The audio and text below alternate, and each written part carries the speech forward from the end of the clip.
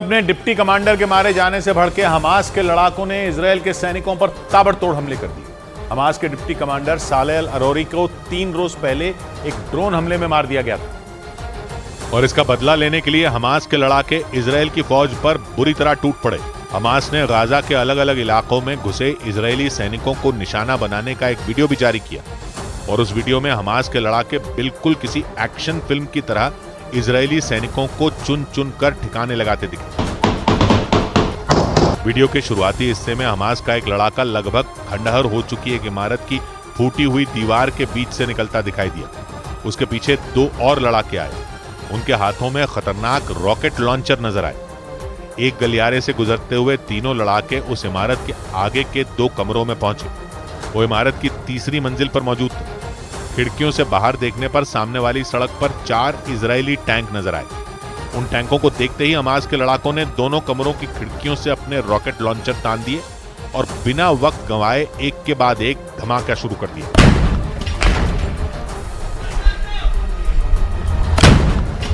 हमले के बाद इजरायल के एक टैंक पर आग का गोला बना नजर आया।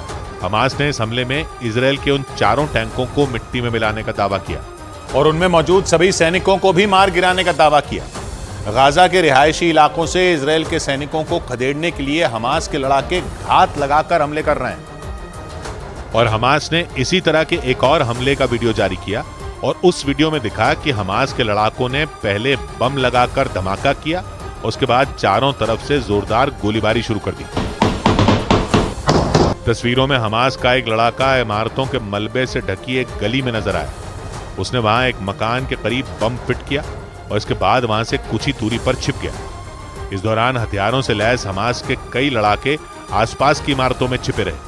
वो इजरायल के सैनिकों का इंतजार कर रहे थे क्योंकि इजरायल की सेना रिहायशी इलाकों में छिपे हमास के लड़ाकों को अब ढूंढ ढूंढ कर मौत की नींद सुला रही है। लेकिन इस बार इजरायल के सैनिकों का एक दल हमास के जाल में फंस गया, क्योंकि जैसे ही वो दल उस मकान के करीब पहुंचा वैसे ही जोरदार धमाका हो गया। इस बम ब्लास्ट की चपेट में आने से जो सैनिक बचे उन्हें संभलने तक का मौका नहीं मिला, क्योंकि धमाके के फौरन बाद आसपास की इमारतों में छिपे हमास के लड़ाकों ने ताबड़तोड़ गोलियां बरसानी शुरू कर दी। हमास ने दावा किया कि इस हमले में इजरायली सैनिकों के उस दल के सभी सदस्य मारे गए।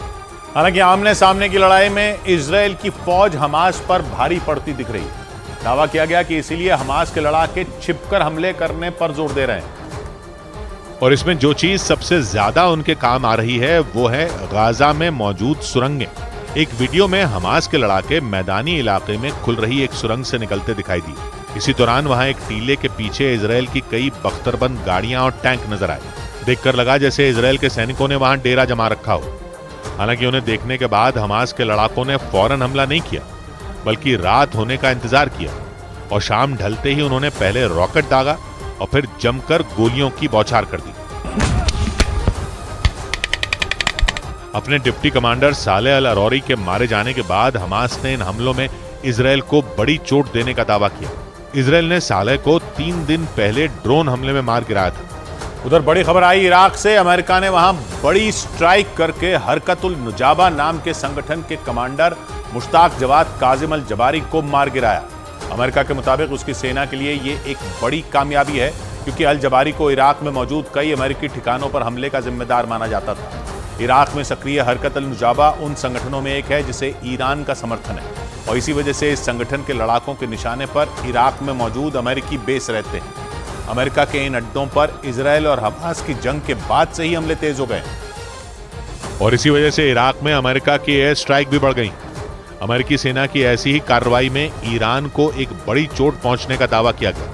अमेरिका के मुताबिक इराक में ईरान समर्थित लड़ाकों के ठिकानों पर उसकी सेना कई दिनों से आंखें गड़ाए बैठी थी और जैसे ही उन्हें हरकत अल नुजाबा के कमांडर मुश्ताक जवाद काजिम अल जबारी की खबर मिली, उन्होंने हमला बोल दिया। खबर के मुताबिक अमेरिकी सेना ने उसकी गाड़ी को निशाना बनाया। बताया गया कि अमेरिकी सेना ने उस गाड़ी पर कई रॉकेट दागे और उसमें अल जबारी मारा गया।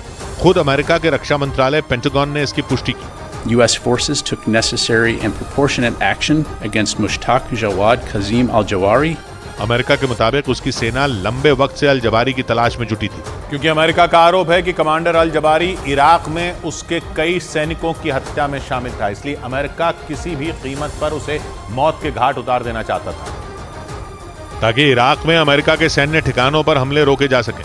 दावा किया गया कि ईरान के समर्थन से लड़ रहे अल जबारी ने कई बार इराक में अमेरिका के सैन्य अड्डों को निशाना बनाया और इन्हीं हमलों से भड़के अमेरिका ने वहां एयर स्ट्राइक कर दी। Abu Taqwa is actively involved in planning and carrying out attacks against American personnel. अल जबारी को ढेर करने के लिए अमेरिका घात लगाए बैठा था। जिस वक्त बगदाद में हवाई हमले किए गए उस वक्त अल जबारी अपने मुख्यालय में दाखिल हो रहा था। अल जबारी हरकत अल नुजाबा ग्रुप का कमांडर था, जो इराक में ईरान के समर्थन से लड़ने वाले लड़ाकों का एक बड़ा संगठन है। हरकत अल नुजाबा ग्रुप को अमेरिका ने साल 2019 में आतंकी संगठन घोषित कर दिया था। हालांकि दावा यह भी है कि हरकत अल नुजाबा संगठन इराक की सेना के नियंत्रण में रहकर ही काम करता है, यानी उसे वहां पूरी तरह इराक की सेना का भी साथ मिला हुआ।